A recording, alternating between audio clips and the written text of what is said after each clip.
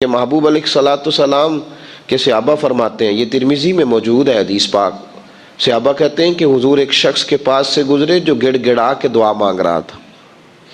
مطلب کچھ لوگ دعا مانگتے ہیں تو دعا میں ان کے لفظ ہوتے ہیں لیکن ان کی کیفیات نہیں شامل ہوتی، تو صحابہ کہتے ہیں وہ گڑ گڑا کے دعا مانگ رہا تھا، وہ محو تھا دعا کے اندر اور بڑی دیر سے یا رب یا رب یا رب پکار رہا تھا۔ تو محبوب نے فرمایا کہ جتنی مرضی بھی دعا مانگے اللہ اس کی قبول نہیں کرے گا۔ آنسو شامل ہے دعا میں، ہاتھ اس نے اٹھائے ہوئے ہیں، مانگ بھی اس کریم سے رہا ہے کہ جو کسی کو بھی خالی نہیں لوٹاتا، لیکن وہ دعا مانگ رہا ہے۔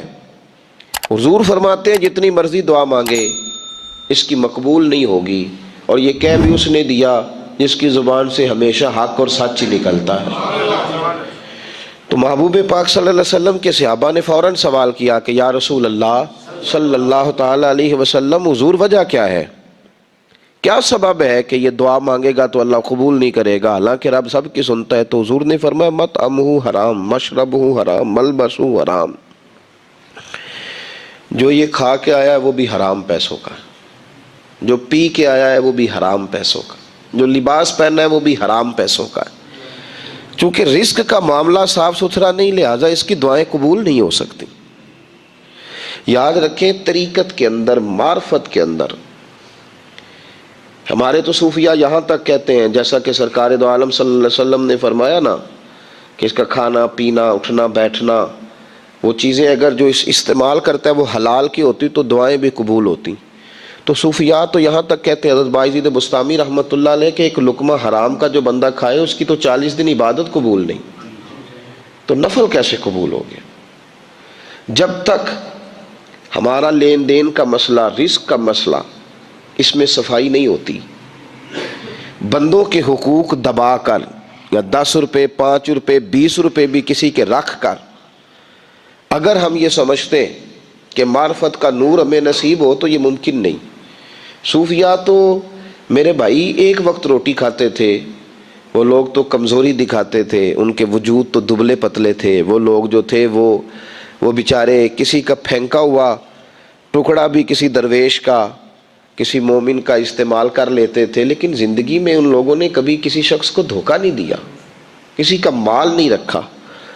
اگر کسی وقت دیکھیں نا، قرض تو نبی پاک صلی اللہ علیہ وسلم نے بھی اٹھایا ہے، صحابہ نے بھی اٹھایا ہے۔ انسان پر حالات کا بگڑ جانا، کمزوری آ جانا، قرض کا آ جانا وہ بات علیحدہ ہے، لیکن اس کا کوشش نہ کرنا، اس کو ادا کرنے کی جد و جہد نہ کرنا، اور اگر کوئی طلب نہیں کر رہا تو اس کا چپ رہنا اور دیکھنا کہ اگر کام چل سکتا ہے تو چلو ٹھیک ہے چلتا رہے، اس سے اس کی ترقی رک جاتی ہے۔ آپ یہ نہ سمجھا کریں کہ میں سویرے اٹھ نہیں رہا تو وجہ کیا ہے، اس کی وجہ یہ ہے کہ ہو سکتا ہے رات کو جو کھایا تھا اس میں نقص ہو، اور اس لقمہ حرام کی وجہ سے شیطان کا غلبہ زیادہ ہو گیا ہو، فجر میں بندہ اٹھ نہیں سکا۔ ان باتوں کو ضرور ذہن کے اندر جگہ دیں، لینے دینے کے معاملات کے اندر حتی الامکان کوشش فرمائیں، حتی الامکان۔ میرے ایسا فرمایا کرتے تھے تجھے بخار چڑھ جانا چاہیے جب تو کسی کے پیسے دینے والا ہو، بخار چڑھا ہوا ہو اور تو فٹافٹ اس کوشش میں لگا ہوا ہو کہ یار اپنے پیسے لے لیں، کسی طریقے سے میری جان چھوڑیں، تو یاد رکھیں کہ بخار چڑھے انسان کو، ہمارے لینے دینے کے معاملات میں بڑی سستی ہوتی ہے، ہم بے جا۔ میں حیران ہوتا ہوں، ایک شخص پہ قرض بھی ہے تو وہ اے سی والے کمرے میں بھی سو رہا ہے، وہ چھوٹے گوشت کے ساتھ روٹی بھی کھا رہا ہے، وہ اپنی زندگی ساری موج میں بتا رہا ہے اور وہ اس کو قرض بھی دینا ہے۔ اس کو تو چاہیے تھا کہ وہ ایک جوڑا پہنتا باقی بیچ دیتا، پہلے اپنی روح کو آزاد کراتا، اس لیے کہ جب تک اس کے ذمے قرض ہیں اس کی روح جکڑی ہوئی ہے، اس کو چاہیے تھا وہ جد و جہد کرتا۔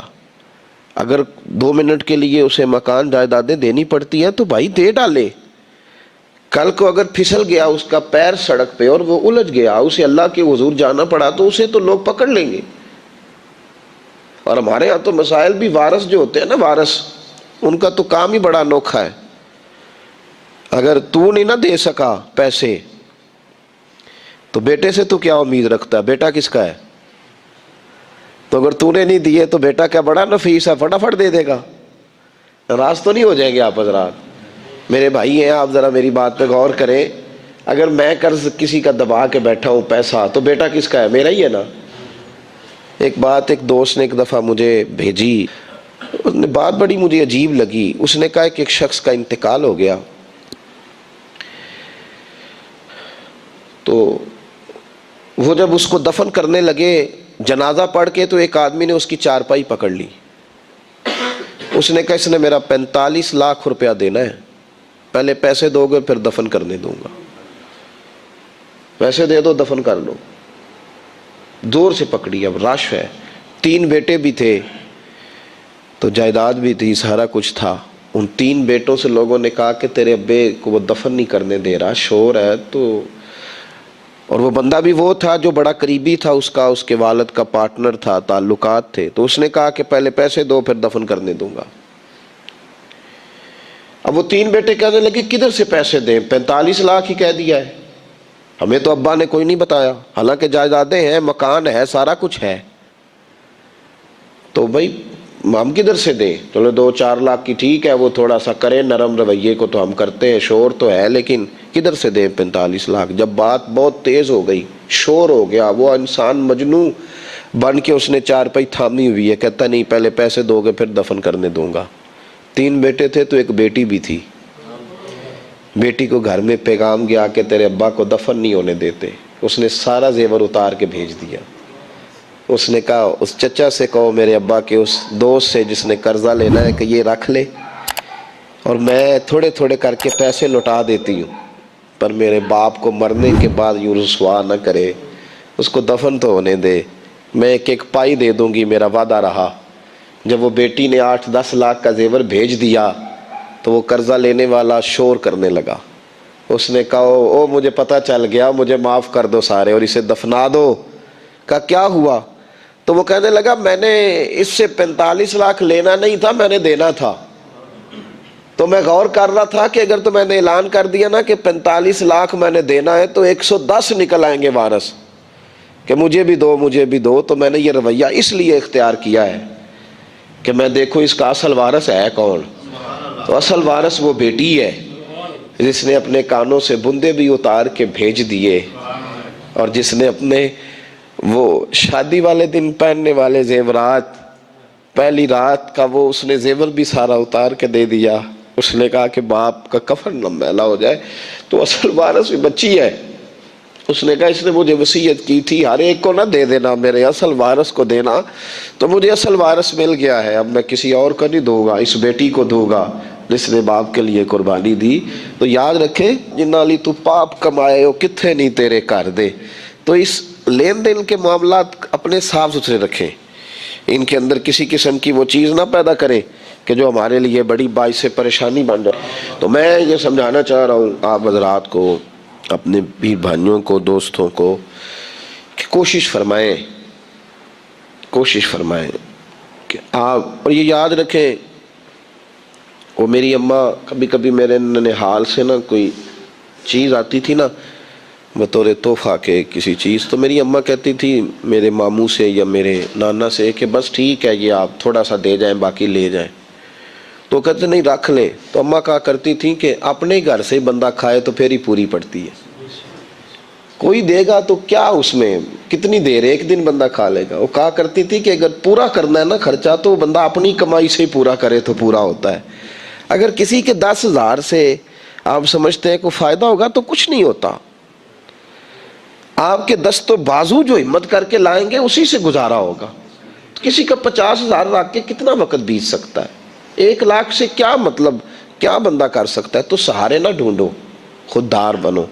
طریقت میں، تصوف میں خودداری، ترمذی شریف کی ایک حدیث ہے مجھے بڑی پسند ہے، میں سمجھتا ہوں یہ حدیث اگر لوگ سمجھ جائیں نا تو بات بن جائے۔ نبی پاک صلی اللہ تعالی علیہ وسلم نے لوگوں سے کہا لوگوں چاہتے ہو کہ تم اللہ کے محبوب بن جاؤ؟ تو صحابہ کے چہرے کھل اٹھے، کہا یا رسول اللہ صلی اللہ علیہ وسلم بالکل چاہتے ہیں۔ فرمایا جو اللہ نے تمہیں دیا ہے اس پہ راضی ہو جاؤ، اللہ کے محبوب بن جاؤ گے، اللہ تم سے پیار کرے گا۔ اور پھر فرمایا چاہتے ہو کہ لوگ بھی تم سے پیار کریں؟ لوگ بھی کریں یا رسول اللہ، دل کرتا ہے۔ تو نبی پاک نے فرمایا کسی بندے کی جیب کی طرف کبھی نہ دیکھنا، جو سامنے والے کی جیب میں ہے اس سے بچ جا، اس کے مال پر نظر ڈالنی چھوڑ دے، لوگ بھی تجھ سے پیار کرنے لگ جائیں گے۔ لوگوں کے مال کی طرف نہ دیکھ۔ آپ رکھ لیں کسی کا 500 روپیہ بھی، وہ کہے گا بندہ ہی نہیں صحیح، میرا 500 کھا گیا۔ یہ مت سمجھے کہ بڑا امیر تھا اس کو فکر ہی کوئی نہیں، نہ۔ ان معاملات کے اندر لوگ کہیں نہ کہیں بول ہی جاتے ہیں، کہیں نہ کہیں بات کر ہی جاتے ہیں، کسی نہ کسی جگہ زبان پھسل ہی جاتی ہے۔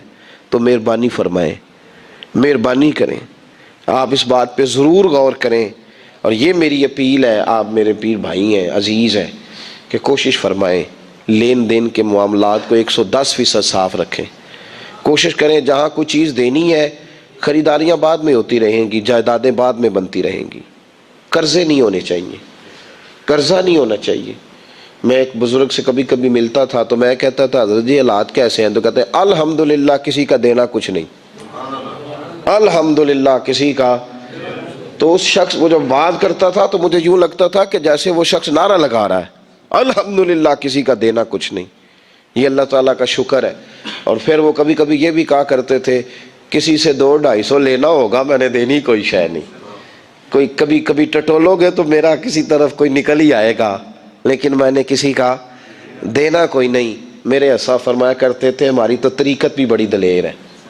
میں نے ایک دفعہ کہا حضور نظریہ طریقت کیا؟ فرمانے لگے ہماری تو طریقت بھی بڑی خوددار ہے، ہم مریدوں کا خرچ نہیں کراتے، ہم تو کئی دفعہ مریدوں پہ خرچ کر ڈالتے، ہماری تو طریقت بھی بڑی توانا ہے، نے تو مزاج ہی بڑا انوکھا پایا ہے۔ تو مہربانی فرمائے لینے دینے کے ایک حدیث بخاری میں بڑی مزیدار ہے، بخاری میں، سبحان اللہ۔ اور بخاری شریف قرآن مجید کے بعد امت مسلمہ کے پاس سب سے معتبر کتاب کا نام بخاری شریف ہے۔ نبی پاک صلی اللہ علیہ وسلم نے فرمایا ایک بھائی اپنے بھائی سے قرضہ لینے لگا، ایک دوست اپنے دوست سے پیسے لینے لگا۔ اس نے کہا یار پیسے تو میں دے دیتا ہوں پر کوئی گواہ۔ اس نے کہا غریبوں کے گواہ نہیں ہوتے، میرا گواہ اللہ ہے۔ اس نے کہا کسی کی ضمانت دے دو۔ اس نے کہا میری کون ضمانت دے گا، میری ضمانت میرا اللہ ہی دے گا۔ وہ بات ہو گئی 1000 دینار، اس کو بات بڑی پسند آئی، کہا اللہ کے نام پر تو کہتا ہے، اللہ بھی گواہ ہے ہمارے درمیان اور اللہ ہی ضمانتی ہے، تو لے لے پیسے۔ 1000 دینار دے دیے۔ اب وہ بندہ دریا کے پار چلا گیا۔ محنت، یہ دیکھیں اب اس حدیث سے آپ درس دیکھیں، یہ حکایت نہیں، یہ میرے رسول پاک کا بیان کیا ہوا فرمان ہے۔ اس کی صداقتوں پہ دیکھیں، اور بخاری کی حدیث کے جملے کتنے حسین ہیں۔ نبی پاک صلی اللہ علیہ وسلم نے فرمایا وہ جس نے پیسے لیے بطور قرضہ وہ دریا کے پار چلا گیا، محنت مزدوری کرتا رہا، جب مقررہ وقت آیا تو اس نے 1000 دینار جو وعدہ کیا تھا کہ فلاں تاریخ کو دے دوں گا، اس تاریخ کو اس نے 1000 دینار لیے اور دریا کے کنارے پہنچ گیا کہ مجھے کشتی ملے تو میں اس تک پہنچاؤں۔ لیکن اس نے اتفاق کہ اس دن کشتی کوئی نہ ملی، بڑا انتظار کیا، کشتی کوئی نہ ملی۔ اس نے ایک لکڑی لی، لکڑی کو اندر سے پھاڑا، موٹی لکڑی ہوتی ہے نا بانس کی طرح، اس کے اندر سوراخ بن جاتا ہے، جگہ بن جاتی ہے۔ اس نے اندر سے اس کی کھدائی کی، اس کے اندر اس نے 1000 دینار رکھا اور ایک رکا رکھا کہ بھائی میں پہنچنا چاہتا تھا لیکن مجھے کشتی نہیں ملی تو میں 1000 دینار رکھ رہا ہوں، جس رب کی ضمانت پر میں نے لیے تھے مجھے امید ہے رب تجھ تک پہنچا دے گا، مجھے امید ہے اللہ پہنچا دے گا تیرے تک، مجھے امید ہے رب پہنچائے گا۔ یہ کہہ کہ اس نے اس کو بند کیا کسی کپڑے کے ساتھ اور بند کر کے دریا میں ڈال دیا۔ اب وہ انتظار کرنے لگا، وہ جو شخص تھا وہ بھی کنارے آیا کہ آج اس کا وعدہ ہے، اس نے آنا ہے۔ دینے والے کو ٹینشن ہوتی ہے تو میرے خیال ہے لینے والے کو بھی بہت زیادہ ہی ہوتی ہے کہ آج لینے۔ وہ آ گیا کنارے پہ کہ آج پیسے آنے، لیکن کوئی شے نہ آئی۔ ایک لکڑی بہتی ہوئی آئی تو اس نے اٹھائی لکڑی کا، چلو پیسے نہیں ملے تو ایندھن تو ملا ہے نا، گھر جا کے لکڑی جلا کے روٹی تو پکائیں گے نا۔ وہ لکڑی اٹھا کے گھر لایا، گھر لا کے جب اس کو چھیلا، توڑنے لگا کہ ٹکڑے کر کے اس سے آگ جلاتا ہوں، اس نے کھولی تو اندر سے رکا بھی نکل آیا اور 1000 دینار بھی نکل آیا۔ رب کریم کا انداز دیکھو کہ دریا کتنا چوڑا ہوتا ہے اور جو کاغذ ہوتا ہے وہ پگھل جاتا ہے دریا کے اندر، لفظ مٹ جاتے ہیں، لیکن ہر چیز کو بحفاظت میرے رب کریم نے پہنچا دیا۔ اس نے جب اس کو کھولا نا تو 1000 دینار بھی نکل آیا، مقررہ وقت پہ اسے پیسے بھی مل گئے، وہ بڑا راضی ہوا۔ اب یہ بندہ آیا کچھ دنوں کے بعد دوبارہ 1000 دینار کا اور بندوبست کر کے لایا، پتہ نہیں اس تک پہنچے کہ کہیں گم ہو گئے، 1000 دینار کا اور بندوبست کر کے لایا۔ معصوم آمنہ، حبیب کبریا، سید کون مکان صلی اللہ علیہ وسلم کس حسن کے ساتھ اپنی امت کو حسین اخلاق سکھا رہے ہیں۔ نبی پاک علیہ السلام فرمانے لگے غلاموں، ایک اور 1000 دینار لے کے دروازے پہ آیا اور دستک دے کے کہنے لگا میرا رب گواہ ہے کہ میں نے کوشش کی تھی پر مجھے کشتی نہیں ملی، میرا رب گواہ ہے کہ میں نے ہمت کی تھی پر موقع نہیں ملا، اللہ جانتا ہے جس رب کی ضمانت پہ میں نے تم سے پیسے لیے کہ میری کوشش پوری تھی پر موقع نہیں ملا، میں آیا ہوں پیسے رکھ لے۔ اس نے کہا اگر اللہ تیرے اور میرے درمیان گواہ تھا پھر وہ کریم بھی بڑا ہے، تو نے دریا میں ڈالے تھے تو رب کریم نے باحفاظت مجھے پہنچا بھی دیے، اور تیری عزتوں کو اس نے برقرار رکھا ہے، میرے دل میں تیری گویا قدر بڑھ گئی ہے۔ او بھائی، جو رب کریم پہ بھروسہ کرے، جو اللہ پہ بھروسہ کرے اور ارادہ کرے، اور اسی طرح کی ایک اور حدیث سیاستہ میں موجود ہے، نبی پاک صلی اللہ علیہ وسلم نے فرمایا ایک بندے کا ارادہ تھا قرضہ دینے کا، اس کا پروگرام تھا واپس کروں گا پیسے، محنت کر رہا تھا، جدوجہد کر رہا تھا، کوشش تھی، وہ نیت اس کی صحیح تھی، دبانے کا 1% بھی ارادہ نہیں تھا، کوشش جاری تھی، ہمت کر رہا تھا، فوت ہو گیا۔ یا رسول اللہ اب کیا بنے گا؟ اگر صوفیاء اس حدیث پہ وجد کرتے، وجد آتا ہے ان لفظوں پہ، اب کیا بنے گا؟ تو میرے محبوب فرمانے لگے قیامت کے دن اللہ اپنی رحمت سے اس کے قرضے ادا فرما دے گا۔ دیکھو اتنا بھی کوئی خوش نصیب ہے جس کی اللہ قرضے ادا کرے، اتنا بھی کوئی خوش قسمت ہے رب جس کے قرضے دے، اللہ کہے مجھ سے لے لے چل یار رہنے دے۔ او بھائی ان لفظوں کو دیکھیں نا، حدیث مبارکہ میں سرکار دو عالم صلی اللہ علیہ وسلم نے فرمایا قیامت کے دن 2 بھائی، ایک بھائی پہلے انتقال کر گیا، ایک بعد میں فوت ہوا، جو پہلے چلا گیا اس کے کچھ حقوق بعد والے نے دینے تھے، سمجھ لے کچھ قرضے تھے، اب وہ پہلے فوت ہوا، اسے بعد میں احساس ہوا، اس نے کوشش بھی کی، معافیاں بھی مانگی، لیکن اب وہ فوت ہو چکا تھا۔ تو نبی پاک صلی اللہ علیہ وسلم فرماتے ہیں قیامت کے دن چونکہ یہ معافیاں بھی مانگتا رہا، توبہ بھی کرتا رہا، بڑی اس کو صحیح احساس ہو گیا، ندامت والی توبہ کی، لیکن اب جس کا حق تھا وہ تو فوت ہو گیا، اب کیا کرے؟ تو محبوب فرمانے لگے فوت ہوگا نا، جس نے دینے تھے پیسے، جس کے ذمے حقوق تھے، لیکن وہ جس کے دینے تھے وہ تو چلا گیا، سمجھ لیں کوئی وارث بھی نہیں۔ تو فرمایا جب یہ فوت ہوگا تو قیامت کے دن جو پہلے فوت ہوا تھا وہ مقدمہ کرے گا کہ یا اللہ اس نے میرا مال دبایا، میرے پیسے لے کے دے، تو رب کریم فرمائے گا چل یہ بڑیاں معافیاں مانگتا رہا، اسے معاف کر دے۔ اللہ فرمائے گا، وہ کہے گا نہیں یا اللہ مجھے بڑا ستایا، مجھے بڑی تکلیف دی، میرے حقوق ضائع کیے، میں نہیں معاف کرتا۔ تو رب کریم فرمائے گا ذرا اوپر اٹھنا، چل بعد میں بات کرتے ہیں، اٹھ تو صحیح، وہ جنت میں ایک محل بنا ہوا ہے، ذرا اس کی طرف تو نظر ڈال۔ اس نے نظر ڈالی تو یہاں تو کوئی اچھا انجینئر بنائے کوئی مکان تو نظر جو ہے وہ ہٹتی نہیں، تو جس مکان کو رب تیار فرمائے، جس کو اللہ بنائے، اس سے نظریں کیسے ہٹتی ہوں گی؟ تو اس نے دیکھا تو دیکھتا ہی گیا، دیکھتا ہی گیا۔ عرض کرنے لگا مولا یہ کس کا مکان ہے؟ تو محبوب علیہ السلام فرماتے ہیں رب کریم نے فرمایا اس کا ہے جو اس کی قیمت دے گا۔ کہ یا اللہ کون قیمت دے گا؟ فرمایا تو بھی دے سکتا ہے۔ یا اللہ میں غریب فقیر میں کیسے قیمت دوں؟ تو اللہ فرمائے گا چل تو اپنے بھائی کو معاف کر دے، میں محل تجھے دے دیتا ہوں، تو معافی دے دے، محل تیرا ہوا۔ تو حضور فرماتے ہیں 3 دفعہ بولا، کہنے لگا یا اللہ میں نے معاف کیا، یا اللہ میں نے معاف کیا، یا اللہ میں نے معاف کیا۔ تو اللہ فرمائے گا پھر بھائی کا بازو پکڑ، وہ ایک محل نہیں، وہ ایک ہی نقشے کے 2 بنائے ہوئے ہیں، اس کا بازو پکڑ، دونوں جنت میں چلے جاؤ، میں نے تم دونوں کے لیے گھر بنا دیا ہے۔ تو اپنے معاملات صحیح کرنے کی کوشش کریں، اپنے معاملات صحیح کریں۔ ہم اس سلسلہ عالیہ میں داخل ہیں کہ حضور غوث اعظم رضی اللہ تعالیٰ عنہ کے والد کا مشہور واقعہ ہے کہ بھوک لگی تھی تو دریا میں بیٹھا ہوا سیب کھا لیا تھا، سیب کھا لیا غوث اعظم کے والد نے۔ تو پھر کہنے لگے اوہو یہ میں نے کیا کیا؟ جس سمت سے وہ سیب آیا تھا وہاں جانے لگے، وہاں ایک باغ تھا، پیچھے جا کے ٹہنیاں جھکی ہوئی تھیں، تو یہاں سے سیب آیا۔ باغ کے مالک بھی بزرگ تھے، ان سے جا کے کہا غلطی سے کھا لیا ہے، معافی مل جائے۔ انہوں نے کہا معافی اتنی جلدی نہیں ملتی۔ کیسے ملے گی؟ فرمایا 12 سال مالی بن کے میرے باغ کی نوکری کر۔ تو خدمت کرنے لگے تو حضور غوث اعظم کے نانا جی کہتے ہیں بچہ مجھے بھا گیا، کہنے لگے حضور چلے معاف کر دیں اب۔ تو کہا معافی نہیں ملے گی، میری ایک بیٹی ہے آنکھوں سے اندھی ہے، آنکھوں سے اندھی، کانوں سے بہری، زبان سے گونگی اور پیروں سے لنگڑی اس سے نکاح کر، پھر معافی ملے گی۔ کھایا کیا؟ ایک سیب۔ تو حضور غوث اعظم رضی اللہ تعالیٰ عنہ کے والد کہنے لگے مجھے گوارا ہے، آپ کر دیں نکاح، پر وعدہ کریں مجھے معاف کر دیں گے نا؟ تو کہتے ہیں نکاح ہو گیا۔ جب پہلے دن میں حجرہ عروسی میں داخل ہوا تو میں نے پلنگ پر کوئی معذور نہیں، جنت کی حور کی مثل عورت بیٹھی دیکھی، اور جس کا حسن بتاتا تھا کہ چہرے سے زیادہ باطن میں اللہ نے روشنی عطا فرمائی ہوئی ہے۔ فرماتے ہیں میں نے اس کے قریب جا کر تو کون ہے؟ مجھے تو کچھ اور بتایا گیا تھا۔ فرمایا تجھے بتایا گیا تھا کہ آنکھوں سے اندھی ہے، اس لیے کہ کبھی غیر محرم کا چہرہ دیکھا ہی نہیں، کانوں سے اس لیے بہری ہے کہ کبھی غلط بات سنی نہیں، کسی غلط کے پاس بیٹھی نہیں، اور زبان سے اس لیے کہ گونگی ہے کہ غلط جملہ کبھی نہیں نکلا، یا اللہ کا قرآن نکلا ہے یا محمد عربی کا درود و سلام نکلا ہے، غلط جملہ نہیں نکلا۔ اور ٹانگوں سے اس لیے لنگڑی ہے، کسے اپنے باپ کے گھر کا رستہ تو آتا ہے، سوائے اس کے گلی کا اور کوئی موڑ نہیں جانتی، اس نے پاکیزگی سے وقت گزارا۔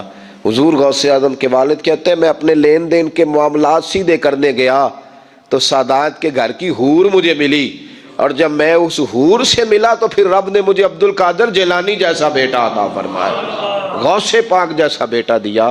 تو گئے تو معاملات سیدھے کرنے تھے، تو اللہ نے ولایت کے امام کا باپ بنا دیا۔ تو مہربانی فرمائے اپنے معاملات میں توانائی پیدا کریں۔ کچھ لوگ ایسے ہوتے ہیں جن کا مال مثل مملکت کے ہوتا ہے۔ اعلیٰ حضرت رحمۃ اللہ علیہ نے پیر کے حقوق میں یہ لکھا ہے کہ اس کے مرید کا مال اسی طرح ہے جس طرح اس کا اپنا ہے، لیکن ساتھ اشارہ بھی دے دیا ہے کہ چاہیے یہی کہ وہ بھی احتیاط ہی کرے، وہ بھی احتیاط ہی کرے، پرہیز ہی کرے، کوشش کرے۔ اور آپ فرماتے ہیں چونکہ باپ کی حیثیت رکھتا ہے تو ضروری تو نہیں نا باپ بیٹے کی کمائی کھائے، کبھی کبھی بیٹے بھی باپ کی کھا ہی لیتے ہیں، اس طرح بھی توجہ کر لے، کوئی حرج نہیں۔ اپنے معاملات کو صحیح رکھے، لینے دینے کے معاملات کے اندر کبھی کمی نہ لائے۔ یہ چیز اگر پیدا ہو جاتی ہے نا تو آپ یقین کریں کہ وقار ہی تو انسان کے پاس ہوتا ہے، وہ ضائع ہو جاتا ہے تو نقصان ہوتا ہے۔ تھوڑے میں وقت گزارے، بڑی مزیدار زندگی ہوتی ہے انسان کی، یہ زندگی میں انسان کے پاس وقار اپنا ہوتا ہے، وہ زندگی بڑی حسین ہوتی ہے، بڑی مزیدار ہوتی ہے۔ ہماری مسجد میں ایک شخص آئے، کچھ دن انہوں نے وقت گزارا تو مجھے بعد میں کہنے تہاڈی مسجد سے سکون بڑا ہے، کھپ کوئی نہیں، لڑائی کوئی نہیں، کوئی کسی قسم کا میں نے وہ نہیں دیکھا۔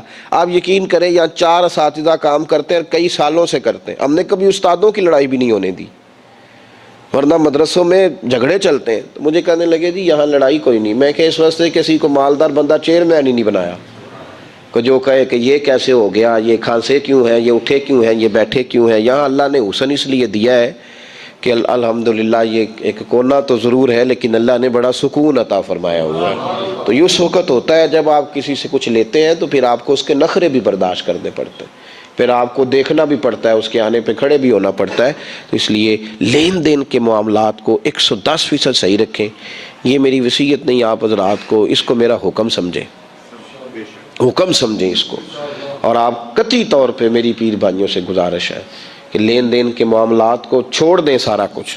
اللہ بڑا کریم ہے، ایک کمرے میں بھی انسان کی زندگی بیت سکتی ہے، لیکن لین دین کے معاملات میں 110% اپنے آپ کو صاف رکھیں، اور اپنی وصیت کو ہمیشہ اس میں سستی نہیں کریں، لکھ کے رکھیں کہ کسی کا کیا دینا ہے، موٹے حرفوں کے ساتھ، اور 3 جگہ اس کو لکھ کے رکھیں کہ میں فلاں آدمی کا میرے پاس یہ ہے، اس کو ضرور سنبھال کے رکھیں تاکہ کسی جگہ بھی اگر اللہ تبارک و تعالیٰ فضل کرے کوئی ایسا موقع آتا ہے تو ہم صاف ستھرے ہوں، ہمارے وارثوں کو پتہ ہو کہ ہم نے کسی کا کیا دینا ہے۔ لوگوں سے اچھی بات کہو، لوگوں کے ساتھ جب گفتگو کرو تو حسین جملوں کے ساتھ گفتگو کرو، لفظوں کا جو خوبصورت ترین انتخاب ہو اس کے ساتھ لوگوں سے بات کرو۔ ایک تفسیر علماء نے یہ بیان فرمائی کہ تم کسی شخص کو جب بھی دعوت دو تو خیر کے کام کی دعوت دو، کسی شخص کو کبھی بھی برائی کی، غلط مشورے کی، لڑائی کی، فساد کا پیغام نہ دو۔ ایک تفسیر یہاں صوفیاء نے فرمائی ہے، وہ یہ تفسیر کرتے ہیں کہ تم لوگوں کے ساتھ اپنے معاملات کو صحیح کرو۔ وَقُولُوا لِلنَّاسِ حُسْنًا، صوفی یہ کہتا ہے کہ تمہارا جو لوگوں کے ساتھ معاملہ ہے نا، ان معاملات کو صحیح رکھو۔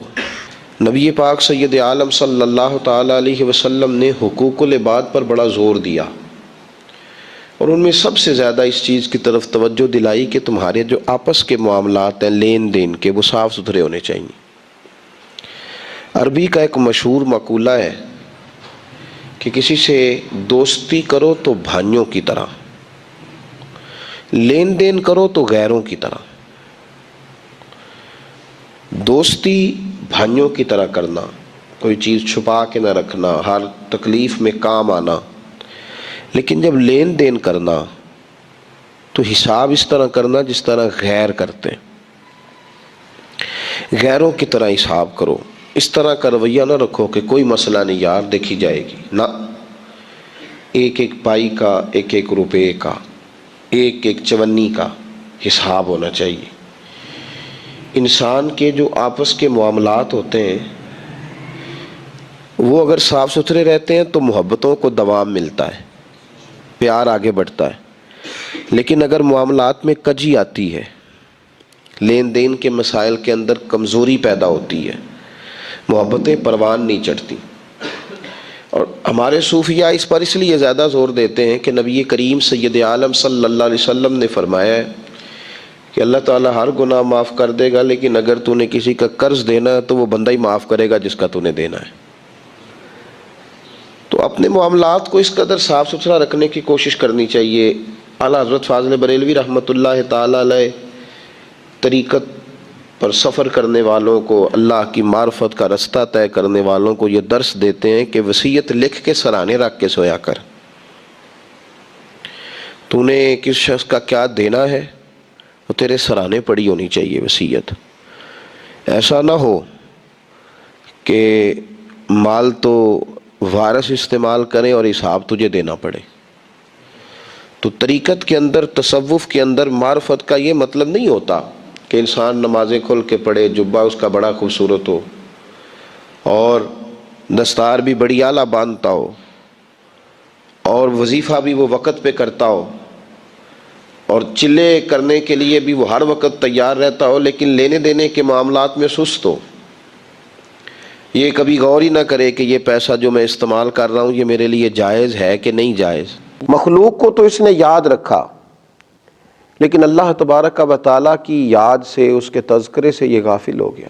جب انسان رب کو یاد کرتا ہے نا اور اپنے مالک کا تذکرہ کرتا ہے تو اسے نصیب کیا ہوتا ہے؟ فرمایا فَاذْكُرُونِي أَذْكُرْكُمْ، تم مجھے یاد کرو میں تمہیں یاد کروں گا، میں تمہارا تذکرہ کروں گا۔ حضرت عبداللہ ابن عباس رضی اللہ تعالیٰ عنہ ارشاد فرمایا کرتے کہ اللہ تبارک و تعالیٰ ارشاد فرماتا ہے کہ تم فرما برداری کر کے مجھے یاد کرو اور میں اپنی امداد کے ساتھ تمہیں یاد کروں گا۔ تم اللہ تبارک و تعالیٰ کی یاد اگر تنہائی میں کرو گے تو رب کریم بھی تمہیں تنہائی میں یاد کرے گا، اور اگر تم جماعت میں اس کا ذکر کرو گے تو وہ اس سے بہتر جماعت میں تمہارا ذکر کرے گا۔ حضرت صدر اللہ فاضل رحمۃ اللہ علیہ فرمایا کرتے تھے ذکر کی 3 قسمیں، ایک تو ذکر لسانی ہے، اپنی زبان سے ہر وقت اپنے مالک کو یاد کرنا، اچھی چیز دیکھی تو ماشاءاللہ، نعمت ملی تو الحمدللہ، کوئی مصیبت آ گئی تو انا للہ و انا الیہ راجعون، ہر وقت ہر جگہ، کھانا کھانے سے پہلے دعا، کھانا کھانے کے بعد دعا، نیند سے پہلے دعا، اٹھتے ہی دعا، ہر وقت اللہ کی یاد، ذکر لسانی ہے۔ اور ایک ہے ذکر قلبی، دل سے اللہ کو یاد کرنا۔ ہمارے اوپر رب تعالیٰ کی جو نعمتیں ہیں جو بغیر ہمیں مشقت کے ملی ہیں ان کا احساس کرنا، یہ ذکر قلبی ہے۔ مالک کریم نے بہت ساری غلطیوں کے باوجود جو ہمیں سزا نہیں دی، اس کا احساس پیدا کرنا یہ ذکر قلبی ہے۔ اللہ کی نعمتوں میں غور کرنا، اللہ کی نشانیوں میں غور کرنا، یہ ذکر قلبی ہے۔ اور ذکر بالجوارح، یہ ذکر ہے کہ انسان کے اعضاء اللہ کی اطاعت میں مشغول ہو، وہ حج کرے، وہ نماز پڑھے، وہ عبادات کرے، وہ سفر کرے، وہ دین کی خدمت کرے، تینوں طریقوں سے اپنے رب کو یاد کرے، لیکن کبھی اللہ کی یاد سے غافل نہ ہو۔ ہمارا اب یہ حال ہو گیا ہے کہ مصیبت میں بھی اب یاد خدا ہم کو نہیں آتی، دعا منہ سے نہ نکلی، بس جیبوں سے عرضیاں ہی نکلی۔ ہم دیکھتے ہیں اتنے میرے تعلقات ہیں، اتنے میرے وابستگان ہیں، اتنا میرا لوگوں کے ساتھ اٹھنا بیٹھنا ہے، میری مشکلات حل ہو جائیں گی۔ ہمیں اللہ تبارک و تعالی کی طرف اپنا رجوع کرنا چاہیے، ہمیں اپنے رب کو یاد کرنا چاہیے، ہر وقت اپنے مالک کا تذکرہ ہماری زبانوں پر ہونا چاہیے، ہمیں ہر وقت بھروسہ اپنے رب کریم پر کرنا چاہیے۔ قرآن مجید میں اللہ تبارک و تعالی نے ان لوگوں کا بھی تذکرہ کیا ہے جنہوں نے کھایا اللہ کا پر اللہ کو بھلا دیا، رہے رب کی زمین پر رب کو بھلا دیا، جنہوں نے معاذ اللہ کی نعمتوں کو استعمال کیا پر اللہ کو بھلا دیا۔ رب نے اولاد دی، دولت دی، جائیداد دی، عزت دی، وقار دی، سانسیں دیے، اللہ تبارک و تعالیٰ نے دنیا کی ہر نعمت سے نوازا، پر وہ اللہ کو ہی بھلا گئے، اس خالق کی یاد ہی چھوڑ گئے، اس کا تذکرہ ہی چھوڑ گئے۔ تو اللہ کریم نے فرمایا وَلَا تَكُونُوا كَالَّذِينَ نَسُوا اللَّهَ فَأَنسَاهُمْ أَنفُسَهُمْ، ان لوگوں کی طرح نہ ہو جانا جنہوں نے اللہ کو بھلا دیا، ان کی طرح نہ ہو جانا جو اللہ کو بھلا بیٹھے۔ فرمایا فَأَنسَاهُمْ أَنفُسَهُمْ، پھر اللہ نے انہیں ان کا اپنا آپ بھی بھلا دیا، پھر وہ کھو گئے، غرق ہو گئے دنیا کے جھمیلوں میں، الجھ کے رہ گئے دنیا کے معاملات میں۔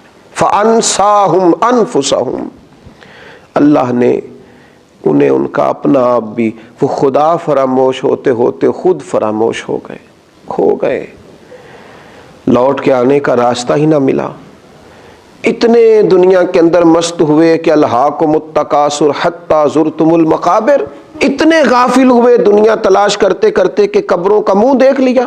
ان لوگوں کی طرح نہ ہو جانا جنہوں نے اللہ کو بھلا دیا، پھر اللہ نے انہیں ان کا اپنا آپ بھی بھلا دیا۔ اولئک هم الفاسقون، رب فرماتا ہے یہی تو لوگ ہیں جو نافرمان ہیں، یہی تو فاسق ہیں۔ نیکی ہم پر کوئی دوست کر دے، اس کے شکریہ ادا نہ کریں، بگڑ جاتا ہے۔ ماں باپ کئی جگہوں پہ اپنا احسان بتلا کے کہتے ہیں کہ تو میری فرما برداری کیوں نہیں کرتا، اساتذہ اپنے حقوق کی بات کرتے ہیں، ہمارے بڑے اپنے حقوق کا تذکرہ کرتے ہیں۔ سب سے بڑا احسان کرنے والے تو اللہ رسول ہیں، لیکن ہم نے رب رسول کو ہی بھلا دیا۔ مہینوں بیت جاتے ہیں عبادت کیے ہوئے، معاذ اللہ مہینوں بیت جاتے ہیں تلاوت کیے ہوئے، اس کی بارگاہ میں ہاتھ نہیں اٹھائے دعا کے لیے، استغفار نہیں کیا۔ میرے نبی پاک صلی اللہ تعالی علیہ وسلم نے ارشاد فرمایا، آپ ذرا ان لفظوں کا جلال دیکھیں، ان کے اندر جو تنبیہ ہے اس تنبیہ کو دیکھیں۔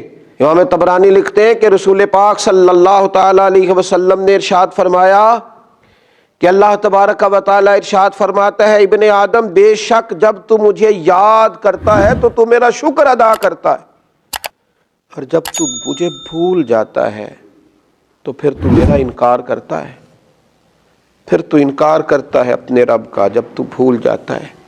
ایسا نہ کرنا، کبھی بھی اپنے مالک کو نہ بلانا، جو دم غافل سو دم کافر۔ سانو تے مرشد ایہو پڑھایا، اس کی یاد سے اقترب للناس حسابہم وہم فی غفلۃ معرضون۔ اللہ فرماتے ہیں لوگوں کے تو حساب کا وقت قریب آ گیا، وہ ابھی بھی غافل ہو کے پھر رہے ہیں۔